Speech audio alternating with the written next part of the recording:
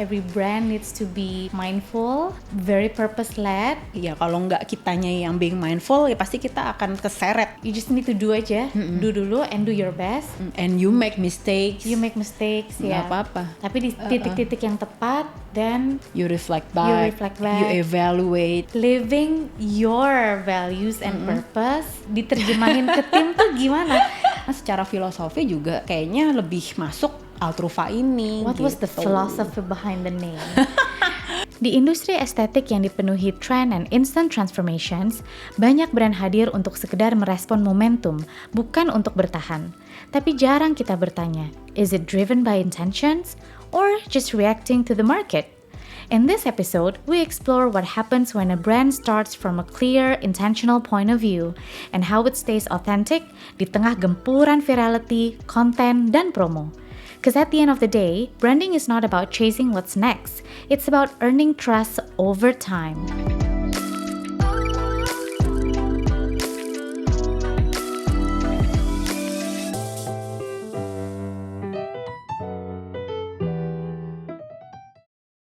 Hi, Dr. Aldisa. Welcome to the Brand Home. Hi, thank you so much for having me. Well, thank you for being our lovely guest today. I hope you're comfortable. Oh, very much comfortable. Hari ini kita mau bahas something yang menarik banget karena I think the way Altruva is built, ini langsung aja nih kayaknya to the point ya. Is really revolve around being a mindful brand. Yeah. Dan that's very much aligned with what we believe at the Brand Home. Every brand needs to be mindful, very purpose-led, and I really see that this brand Altruva somehow really reflections of that gitu. Jadi penasaran pengen ngobrol. Padahal kalau kita lihat di industri beauty and aesthetic ya, semua itu kan penuh dengan tren ya dok. Betul. Tren yang bergerak sangat cepat. Semuanya tuh harus wow before and after yang very transformational gitu. Belum lagi treatment yang hari ini ada satu treatment, besokan ada treatment baru lagi, bulan depan ada lagi, dan semuanya berlomba-lomba untuk bukan hanya mendapatkan treatment itu, tapi dari sisi estetik klinik juga harus menjual gitu kan, menjual banget nih treatment-treatment baru ini. I think that's the reason why you're the perfect person to discuss about this matter. Kenalin dulu, ini Dr. Aldisa sebagai brand owner dari Altruva dan juga medical director, correct? Yeah. Dan untuk memulai diskusi hari ini, sebetulnya I wanna start with something very basic, gitu ya. Gimana sih sebuah aesthetic brand itu bisa tetap mindful di industri yang sangat cepat ini, gitu kan? What I believe you have a strong foundations and philosophy about firstly beauty itself. Sebelum kita bahas tentang Altruva as a brand gitu ya, tapi you as a person, I'm sure you have that philosophy on how you work, how you perceive beauty. Boleh nggak sih dok dijelasin dulu nih from your personal perspective, what beauty means to you to begin with? Oke. Beauty is in the eye of the beholder, benar nggak sih? Maksudnya tergantung siapa yang lihat, dan tiap negara, tiap suku, mungkin tiap etnis itu punya persepsi beauty masing-masing. I think it's very subjective. Bagaimana kita bisa menyelaraskan, kita bisa nyaman gitu ya, how we look and how we feel itself dari dalam diri kita, kayak gitu sih. Jadi pertama itu, karena tiap jadi orang bukan dari permukaan luarnya dulu ya. Karena itu kan menurut orang tuh cantik, belum tentu di orang lain tuh juga cantik gitu sebenarnya.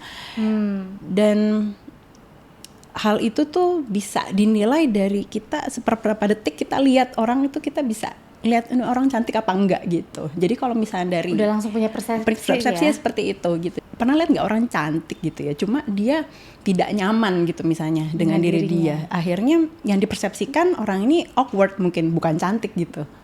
Kayak padahal gitu sih. Padahal sebenarnya sih cantik. secara saintifik Bener, tuh itu mukanya udah oke banget, gitu perfect ya. kayak gitu. Kita bukan benda diam, benar nggak sih? Manusia Yeah. is not static gitu. Right. We're human with expression, dengan segala pergerakannya lah apa segala macam. And then as we age, how we look itu kan juga akan tercermin dari decisions yang we made every day, bener nggak? Oh wow, Misalkan, that's so true. yes, kayak misalnya you have good genetics, Yeah. tapi and then you Begadang mulu gitu ya. you made bad decisions, and you know aging itu 90% affected by our lifestyle, 10% genetics ya. Jadi menurut aku cantik itu sesuatu yang sangat bisa diusahakan. I see. Yeah. Okay. So it's not like are you born with it or not? Yes. If you're genetically perfect gitu, tapi terus makannya nggak jelas gitu ya, terus kerjanya gibahin orang mulu. Ya, akhirnya tidak tercermin kan kayak Tidak gitu. tercermin. And then kan ada tuh anak-anak kecil yang dari kecil cantik gitu ya. Ya itu of course not me sih. Jadi sedikit curhat masa lalu ya. Iya benar, maksudnya kayak I really awkward gitu kalau depan kamera gitu. Aku paling nggak suka di photograph karena nanti hasilnya itu kayak aku ngerasa what I look itu nggak balance dengan how I feel gitu. Kayak nggak gini deh mestinya. Oke. Gitu loh. So dengan kayak gitu I always wanna get better every day, every year ya. Jadi kalau misalkan dijajarin tuh ya foto aku dari tahun ke tahun, You see improvement. yes. Even sekarang udah menua gitu ya, tapi aku lebih nyaman dengan diri aku yang sekarang misalnya dibanding misalnya 20 tahun yang lalu misalnya. Oke. Kayak gitu. And Jadi and I always see potential from people. Itu akhirnya yang membuat aku jadi sangat passionate dengan Oh wow. ini gitu. That's very deep. When people come to you mau kayak drastic transformation, Iya. itu juga berarti clash dengan what your belief dong dok ya. Iya Sebenarnya nggak clash juga. Aku berusaha ada di posisi mereka juga gitu ya. Mungkin mereka mengidolakan seseorang atau apa kayak gitu. Because I think they see their potential in the celebrity itself gitu loh. Kayaknya Oke, sih bisa nih gitu. kayak gini Iya, sebenarnya kayaknya gitu. gitu. Cuman how Cuma to get sebenarnya there. kalau misalnya kita iyain, kita jadiin dia dengan feature that celebrity yang dia suka itu, belum tentu nanti dia juga satisfy. Lucu deh. Oke. Karena mungkin it's not daily conscious decisions yang Yes. mempengaruhi their inner self juga gitu yes. ya. Dan beauty has to be timeless gitu. You have to ask yourself, kalau misalkan nanti 5 years from now, 10 years from now, I look at myself today, Will I be happy? ya, apakah are you proud of it? Timeless is not boring. Percaya nggak? Percaya. I really believe in that. Yes. Because if it comes from like really what you believe and you put effort towards that, itu nggak boring sama sekali. Malah kadang-kadang being timeless is the hardest thing to do. Yes, benar. It's the most challenging. Dan itu yang agak susahnya dari setiap dokter estetik ya pada khususnya ya. Because kita tuh sering ke drive sama pasien. Jadi kita punya ego supaya bisa, wah gue bisa nih lebih begini lagi. I think that's very interesting about your own experience as a child gitu ya. Apakah want to improve yourself on a daily basis sampai akhirnya kalau dilihat secara bulan, tahun, dekade, Iya benar. wow gitu.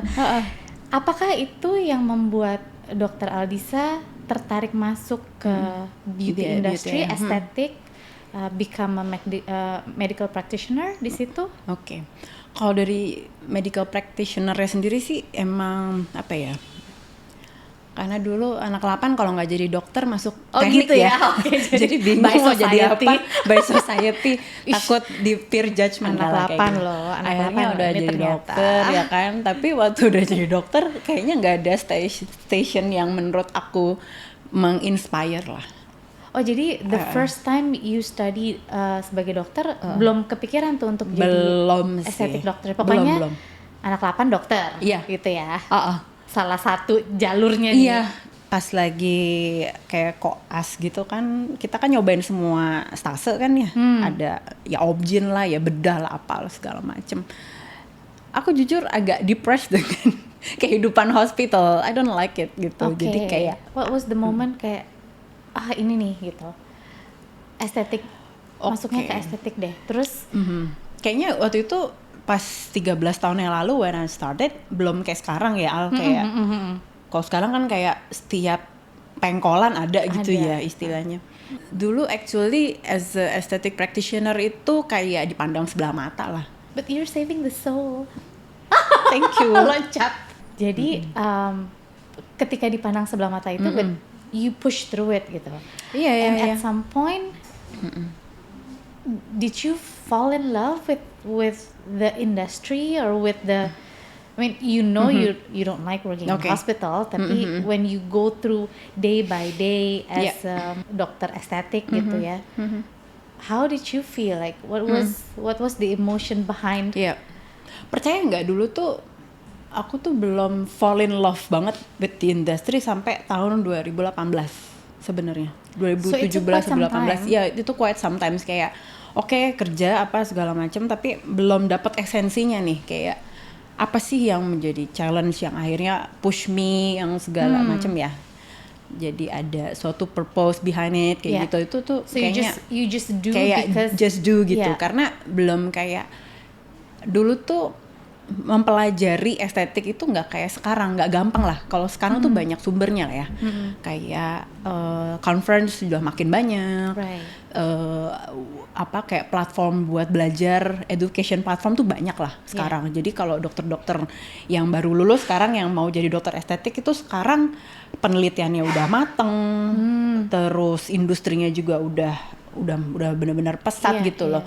Kalau dulu tuh awal-awal aku di estetik mau belajar dari mana aja bingung, jujur. Jadi tuh kayak apa ya, kayak apalagi kitab suci dari zaman dulu-dulu aja, kayak kitab kuningnya dokter-dokter yang udah duluan aja gitu. Gitu. Akhirnya sempat ada kebingungan nggak? Bener-bener kayak ini sebenarnya ilmunya dari mana? Choice, or should I just go back to hospital? Iya bener, kayak ini ilmunya dari mana gitu loh.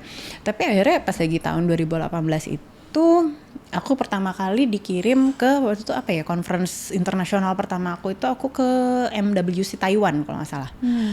Karena aku berprestasi tahun 2019 itu aku dikirim untuk belajar ke 5 negara di tahun itu. Wow. So it really opened my eyes, open my mind lah. Your perspective ternyata begini ya, industri estetik industry gitu ya. And then kayak gitu. And then dari situ akhirnya ya it became annual kan. Ya conference segala macam, dan I see the pattern. I see the big picture. Setelah itu aku baru tahu bagaimana ya hitam putih abu-abunya industri ini, ya kan? Dan akhirnya aku memilih ya kalau nggak kitanya yang being mindful, ya pasti kita akan keseret dengan hal-hal yang tidak sesuai lah istilahnya kita sebagai dokter gitu. Jadi malah you form your belief tuh not from the very beginning, tapi as you experience through it gitu ya. Yes. And then you form this philosophy, this beliefs, dan ketika itu mulai terbentuk, were you still working elsewhere? If you're still working elsewhere, was it hard to kind of like menyatukan beliefnya klinik tersebut where you work dengan your own philosophy of how you work? Yes, banget. I think that's a challenge, tapi aku juga bersyukur juga bahwa Altruva lahir di saat yang tepat. Udah mateng gitu ya. Jadi when people di luar sana berlomba-lomba untuk buka cabang, tapi I really enjoy the process. I really enjoy strengthening the root. I really want to build my brand gitu sendiri, cuma belum ada kesempatan lah segala macam. Tapi when I look back, I really grateful sih with the process, karena nggak semua orang bisa melalui the process that I had gitu. What was the highlight of the process yang dari proses-proses itu yang akhirnya memberanikan Dr. Aldisa untuk this is time I built my own brand yang bisa betul-betul encapsulate your philosophy. Like what was the moment and how did you feel at that time? Ya karena Altruva ini juga or excited or bold or ternyata untungnya nggak scary sih. anxiety di toilet setiap hari. Pasti. Cuma ya untungnya ya tadi itu aku bilang aku Altruva lahir di saat yang tepat gitu ya, when I was udah lebih mature. Cuma ya I think karena kita udah strengthen the root dari ya aku 11-an tahun, so I think this brand is not new because my soul itu kan udah built udah cukup lama situ, gitu. Ya. Tell me about Altruva. what does the name mean, like, and what it means to you? What was the process like? Because many people I'm sure will eager to know, pengen gimana sih kok tiba-tiba ada nama, ada visual identity, terus pilih tempatnya tuh gimana, terus excitementnya kayak apa gitu, anxious kah, secara bisnis gimana gitu. Oh my god, semuanya. Yeah, I'm happy, very grateful sih. Ada my husband as my partner, terus jadi kayak full support system yes. Our brand nggak bisa kerja sendiri lah ya, harus ada tektokannya gitu loh. Sure. Dan I think dia bisa benar-benar mengcontain semua itu juga dan menjadikannya kayak menjadi lebih lah gitu ya. Kalau dari nama sendiri sih itu mah udah coba kayak milih nama anak sama ribetnya nggak sih? Kayaknya nama anak lebih gampang deh. Gak usah didaftarin gitu kan, kayak tinggal akte lahir aja gitu. Ini kan. udah dapet yang cocok ya ternyata dari yang punya gitu ya. Punya. Even Altruva bukan our first choice sih tadinya. Okay. Tapi I'm glad gitu karena secara filosofi juga kayaknya lebih masuk Altruva ini. What gitu. was the philosophy behind the name and the visual representations? Or do you feel something when you hear Altruva gitu? Yeah. I want a place that bisa jadi sanctuary ya, maksudnya enggak apa ya? Nggak kayak masuk klinik gitu? Iya enggak, but beauty is not rush lah ya. How can you be fair with yourself kalau misalkan you neglect yourself every day misalnya, and then you let your body, your face age, terus habis itu di suatu waktu lu pengen membalikkan semua itu, lu dengan pengen cepat gitu. Itu kan you're not respecting yourself gitu loh, ya enggak sih? I see. Jadi ya I think makanya it's good gitu karena we have better positioning in terms of that kind of philosophy kayak gitu. Jadi akhirnya yang patients yang I see every day ya dengan mindset yang sama gitu loh akhirnya. And I'm really glad dan I'm enjoy. Jadi ini ya yang mau aja, yang tahu-tahu aja gitu. If you don't want Altruva way ya, you can go other way gitu, nggak apa-apa banget. Karena di sini semua tidak terburu-buru gitu ya. Iya, you can rush things. That's why when you go inside, it feels like you're in someone's home. Terus masuk ke sini aja kan kayak ke rumah orang gitu, very quiet. Dan itu yang private. Apa ya, membentuk our experience blueprint juga dari awal gitu loh. Kayak dari pertama kali mereka masuk sini dengan pemilihannya, makanya kita taruh ini tempatnya agak di ujung tapi nggak di ujung-ujung banget ya. Dari awal ya ngelihat yang ijo-ijo dulu gitu kan. I know, right? Masuk tuh ada the green, the sanctuary-nya tuh terasa sih. Iya, jadi I want people to their heart tuh nggak races gitu loh pas lagi masuk sini. Iya. Itu penting sih. Iya. I think that's so much very much aligned with your philosophy tadi yang beauty is not rushed. So even when the moment you come into the space, you feel safe and just slow. Jadi grounded aja gitu. Dan if you spend a lot of time here, then it's because you deserve it. You deserve gitu it, ya. yes. And I took time buat ngobrol sama pasien. Jadi mereka nggak kayak konsul biasanya, kayak when I first met the patient, misalnya new patient gitu ya, aku bisa lama gitu, because I really like to enjoy discussing. Yeah, discussing things, and then I want to know their lifestyle, their choices, what they do every day, kayak bagaimana sih mereka hari-hari dengan paparan-paparan apa saja yang mereka dapatkan tiap harinya kayak gitu. I think itu sangat berhubungan sama resultnya juga, journey-nya juga kayak I gitu. Because aesthetic treatment itu bukan hit and run ya menurut aku. Jadi you cannot like kayak ke salon gitu ngeblow terus udah jadi gitu. Tapi ini semacam you invest in yourself. So that's where your way of working of enhancing and not transformasi yang betul-betul drastis gitu, mulainya dari situ ya, from that consultations and then the brand ambience yang dokter ciptain nih buat Altruva ya. It's really seen through. Tapi kalau kita bicara tentang let's say enhancement gitu, in medical practice tuh apa sih maksudnya enhancement itu ya gitu kan? Dan pasti kan enhancement versi dokter dengan yang lain juga mungkin kan beda ya. Enhancement itu mungkin marketing term lah ya. Tapi kalau dari kita sendiri yang di medis, sebenarnya gini, manusia itu, ini secara filosofinya ya, kenapa ada si estetik ini gitu. Manusia itu dulu angka harapan hidupnya tuh tidak setinggi sekarang. Kayak dulu tuh mungkin usia like 50 itu udah nenek-nenek banget gitu. Karena dengan angka harapan hidup yang semakin tinggi, ya kan. Jadi orang itu hidup lebih lama dan orang itu pengen produktif lebih lama, benar nggak? Betul. Ketika seseorang pengen produktif lebih lama dan itu tidak tercermin di wajahnya, that really bothers. Ya, gue masih pengen kerja, gue masih berkarya harus gitu kan. Nih ya ke klien. Kok muka kayak gue nggak balance gitu loh, gitu nggak kan. balance dengan how you look and how you feel gitu loh. Iya nggak sih? Yes. Especially women. Yes.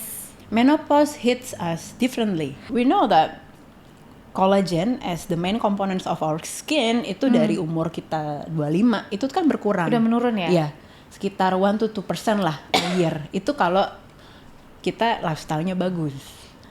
Kalau lifestyle-nya itu bisa lebih cepat lagi, bisa ngegulung lah lebih cepat kayak gitu. Dan when we reach menopause, ini especially women ya aku ngomong ya, the 5 years of menopause itu kita decline 30%.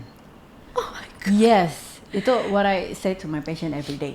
Jadi it's like it's not fair gitu. Sekarang kita istilahnya wanita tuh sekolahnya udah tinggi. Masa sih kita nggak dapat usia untuk berkarya lebih lama, bener nggak? Betul. Nah makanya aesthetic treatment akhirnya itulah kayak gitu. Dan I really like to serve my patients itu mostly memang profesional memang. Karena mereka memang pengen terlihat fresh, cantik versi inner gitu ya, presentable. Itu because they want to be productive in their life gitu ya. Benar. Jadi very niche market though. Niche banget sih sebenarnya. Cuma I think ya itulah kenapa aesthetic treatment begitu ini ya, because we need to match how we look and how we feel sebenarnya. Apalagi dengan sekarang longevity treatments dan research itu udah sangat berkembang gitu ya. Ya itulah. I really like that thought sih. Sebetulnya enhancement tuh berarti menyamakan what you want to create in the world. And you wanna feel prime. You wanna feel pride also doing that gitu. Ya nyamain how you look with that or how you feel gitu ya. Bukan cuma look sih kalau yang ku tangkap, karena dari tadi Dr. Aldisa mentionnya lifestyle juga. Berarti kan you treat the skin and the aging part, tapi di dalam organnya sendiri itu kan harus tetap ditreat dengan makanan yang benar, lifestyle-nya, olahraga gitu kan. Semua berhubungan.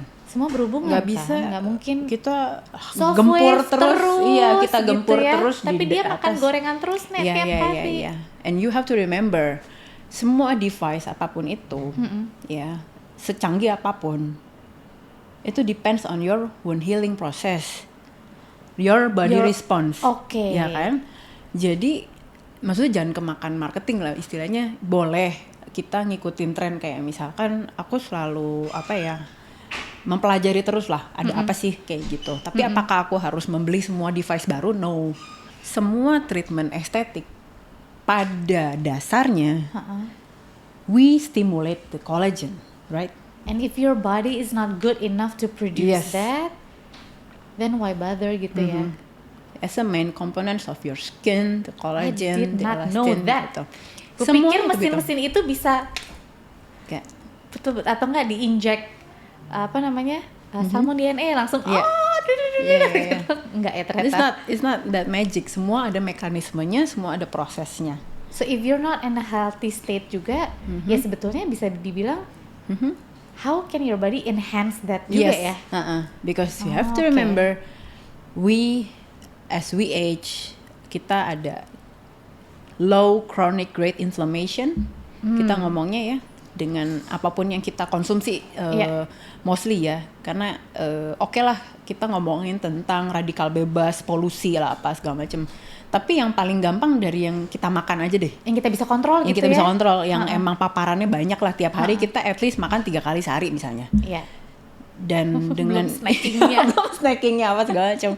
Dengan inflammatory food itu kan juga membuat kita ada sedikit peradangan kecil lah di badan kita yang kita build tiap hari, tiap tahun, tiap ini, dan akhirnya itu yang kelihatan lah ke muka kita. Akhirnya nggak bisa. Susah nggak sih menjelaskan prinsip ini ke your patients, karena kan it's a so what Altruva does here kan berarti all arounded.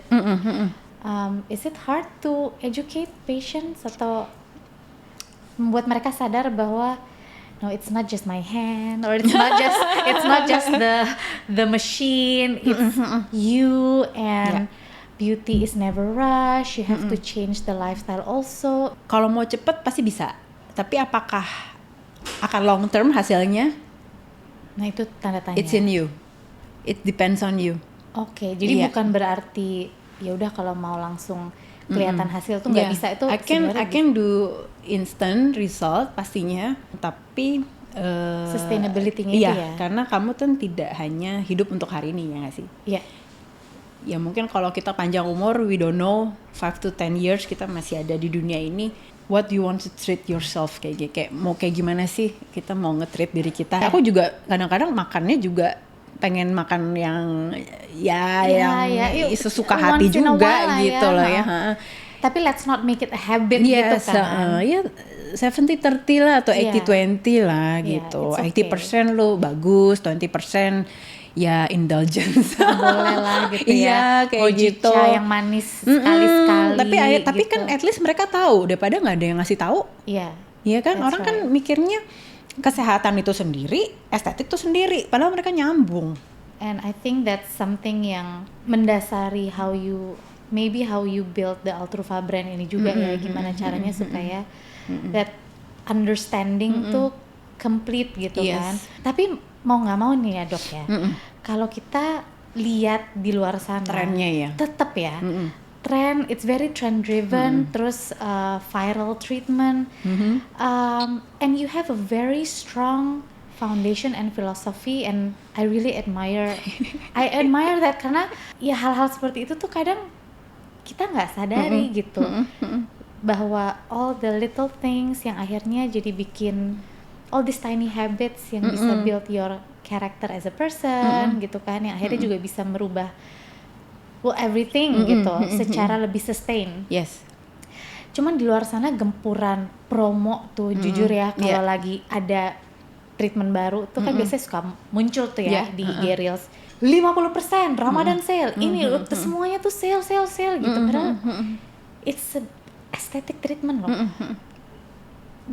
Kalau menurut Al sebenarnya value-nya di mana sih? Mesti harga misalnya dari suatu treatment itu sebenarnya yang mahal itu di mana gitu? Kalau menurutku ya di tangan dokternya itu, keahliannya itu. Ada treatment ini 50%, gas. Tanpa mungkin melihat siapa deh yang injek gitu. Apakah dokter spesialis kah? Experience-nya udah berapa lama dan lain sebagainya gitu. Tapi itu nggak bisa dipungkiri dong, itu tetap ada. Pasti ada. Dan marketnya aku yakin yang mungkin terbeli dengan marketing gimmick atau sales seperti itu banyak. How do you navigate that? Because at one point as a business, as a brand, you also need to sell, you need to survive, you need to thrive and eventually grow. Ya. Tapi tetap punya foundation yang you really truly believe in. How you manage the balance between you know, building your brand and living true to your brand, to your values, your purpose. At the same time, ya gue juga mesti jualan nih ya, gitu. Yang jadi kekurangan dari promo-promoan kayak gitu ya, maksud aku, dulu mungkin kalau Al tanya aku 5 tahun yang lalu, mungkin aku masih agak anxious about that. Tapi kalau sekarang aku kayak, oh, it's just noise gitu. Wow. Yes. Tell me about it. Yes, because regardless apapun itu, yang mahal adalah sebenarnya, sejago apapun dokternya juga, yang mahal adalah apa coba? Clinical judgment. Clinical judgment. Yes. Seorang dokter, dia bisa sangat jago melakukan semua teknik mungkin. Yeah. Tarik sana, tarik sini, sat. Tapi if he or she don't have the clinical judgment, pasti hasilnya nggak. Kenapa? Yang bijak adalah nggak seberapa jago you treat the patient, but you know when not to treat.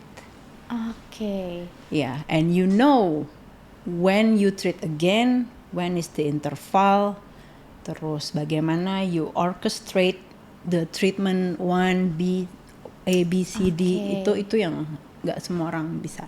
Dan akhirnya apa yang terjadi dengan si promo-promoan ini, dengan tidak mengerti kebutuhan pasien sebenarnya. Maksudnya kayak, ya udah nih kita kerjain ini gitu.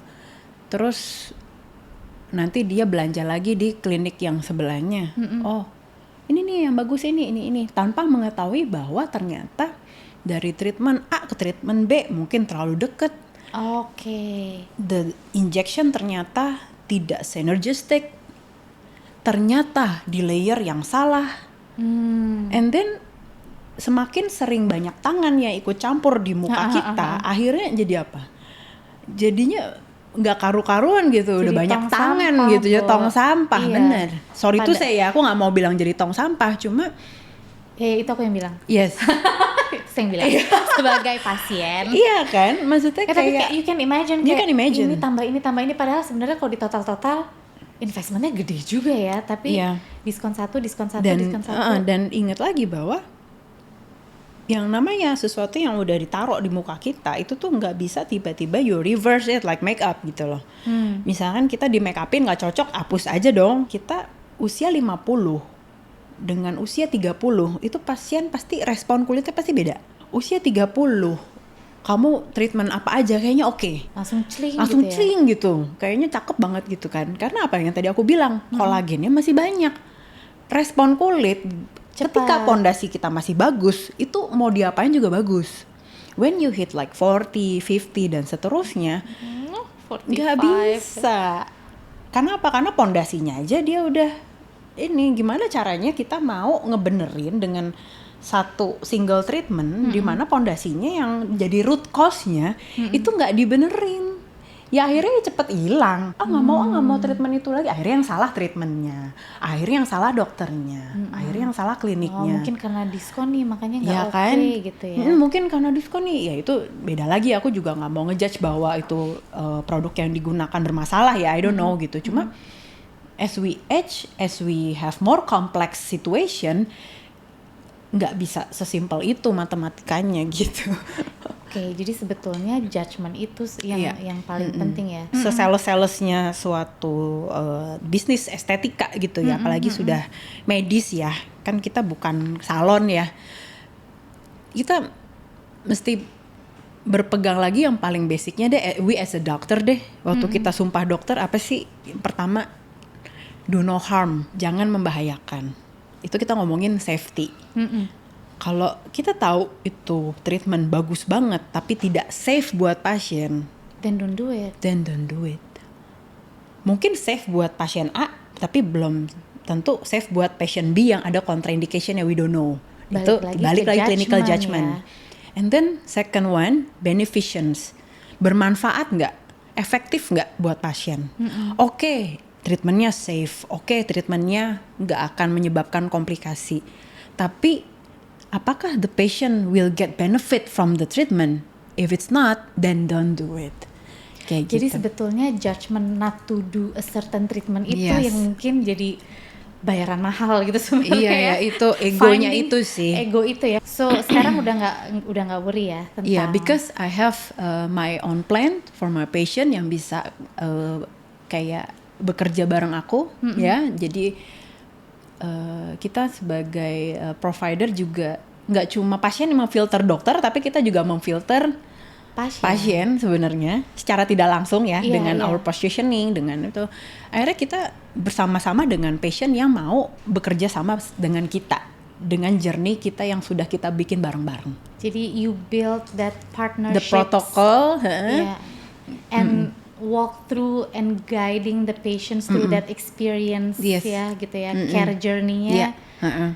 Digandeng terus with guidance, knowledge, meskipun at the end of the day it's their decision, yes or no to that treatment gitu ya, tapi become a guidance berarti ya. Okay, very nice. Dan itu yang I'm sure set Altrufa apart. Nah, I think that's a very beautiful positioning. Ya karena yang paling susah tuh kan sebetulnya kita in building brand itu kan kita tahan banting dengan industri tren yang ada gitu. Belum lagi kalau viral tuh kan ya namanya juga viral. Sustainability-nya kan nggak panjang gitu ya. Tapi gimana cara untuk bikin belief itu bisa tertranslate nyambung ke pasien gitu ya. Bukan hanya nyambung ke pasien nih dok, tapi ke your internal team. Oh, oke. Living your values and purpose itu diterjemahin ke tim tuh gimana? Aku sering challenging nggak? Iya. Tadinya iya, cuma akhirnya karena mereka akhirnya terbiasa ya dengan the type of patient yang akhirnya kesini dan akhirnya menjadi pasien tetap kita misalnya kayak gitu, karena akhirnya mereka kayak menyadari bahwa oh tipenya tuh mostly seperti itu gitu loh.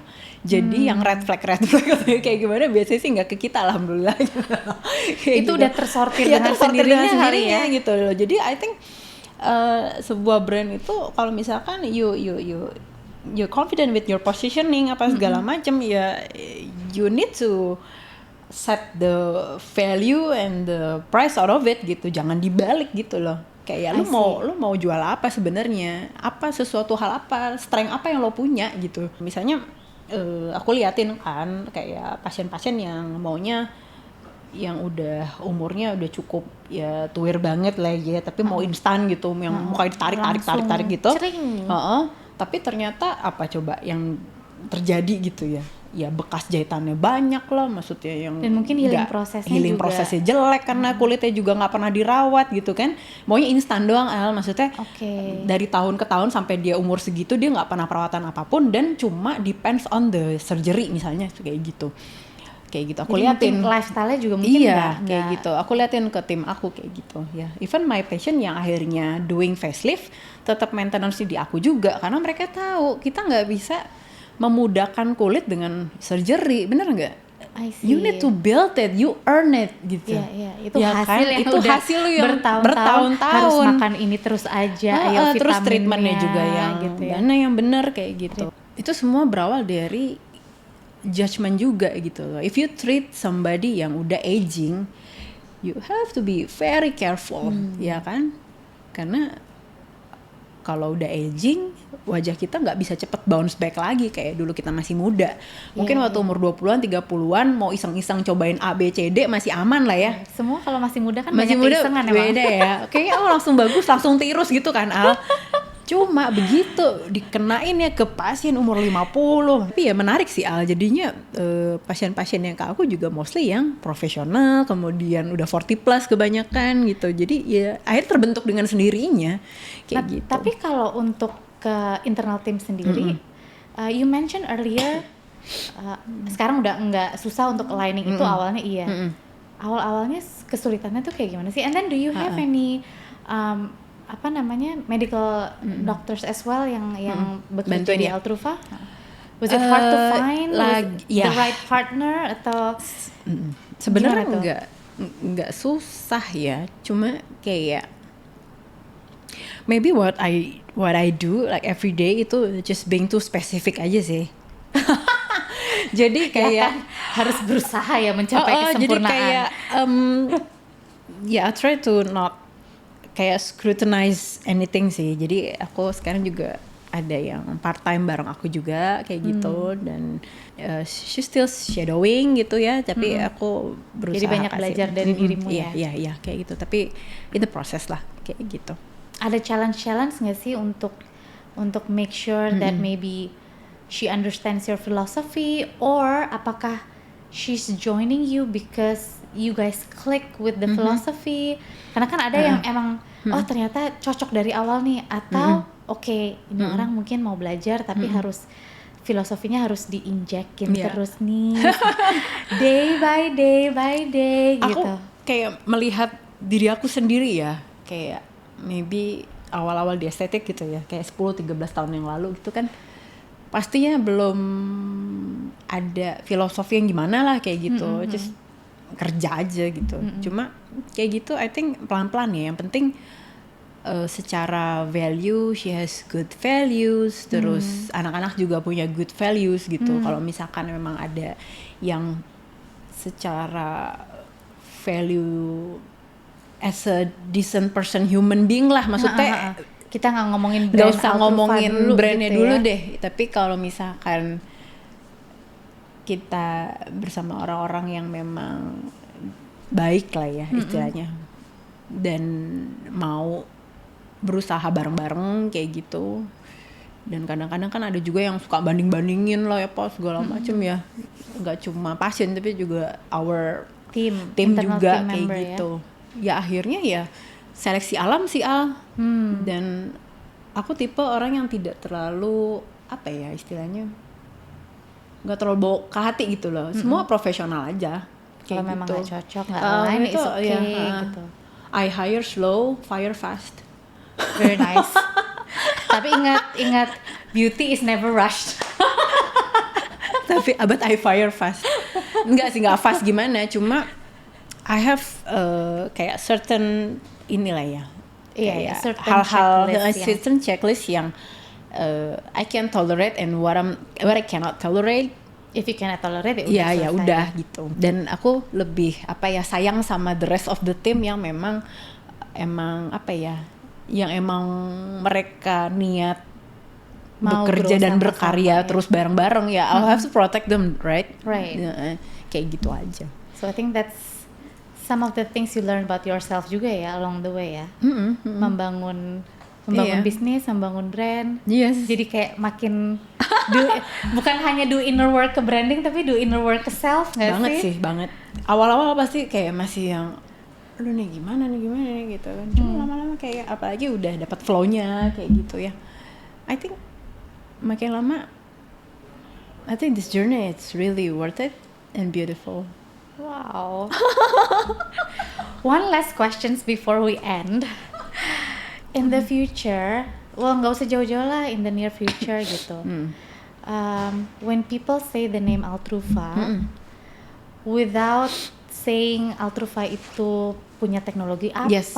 treatmentnya apa, tapi just ya I wanna go Altrufa gitu. When people say Altrufa, what is that one thing you want them to remember what the brand is about? Altrufa is about living the true you. Living the true you The very truest version of you inside and outside. to outside. Yes. Very beautiful. Gimana building brand di tengah gempuran tren gitu kan, tapi you still show that your purpose. Bener gak sih kalau founder itu emang harus peaceful dulu di dalamnya baru bisa keluar, iya, bener betul. kan? And Dan I really ini sih. I think bener that's banget. also one key point yang I take from this conversation is you don't have to know your purpose from the very beginning. Enggak sih, along the way. Along the way, you just Yes. you just need to do aja, do dulu and do your best. Along the way, And you make mistakes. you make mistakes, Nggak ya. apa-apa. Tapi di titik-titik yang tepat dan You reflect back, you evaluate, Ya, ya. gitu Dan ya. jangan lupa juga sama orang-orang yang menemani kita along the way because it shapes us a lot. that's so Yes. true. Itu penting banget karena banyak juga pertanyaan yang muncul ke diriku. Oke, mau bikin brand harus have purpose nih. Terus habis itu mikir gitu. Apa ya purpose-nya ya? Apa ya? Kadang-kadang kalau dicari malah nggak ketemu Iya, ya. nggak ketemu kan. So you just go. Yes, Just of course. take the journey and then if you keep on do self reflections, it will show ya nggak sih? Yes. Very nice. Thank you so much, Thank you so much. dokter. Thank you so much for having me.